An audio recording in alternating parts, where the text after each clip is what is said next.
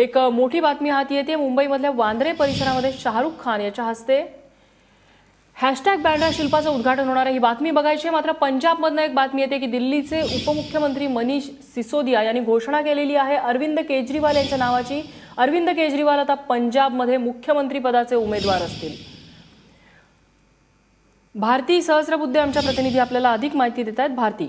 नम्रता, पंजाबमध्ये आम आदमी पक्ष मोठ्या प्रमाणात प्रचार करत आहे। त्यांनी लक्ष केंद्रित केलेलं आहे पंजाबच्या निवडणुकांवर आणि सगळ्यांसमोरच हा प्रश्न होता की पंजाबमध्ये आम आदमी पक्षाचा चेहरा कोण असेल, मुख्यमंत्री पदाचा उमेदवार कोण असेल।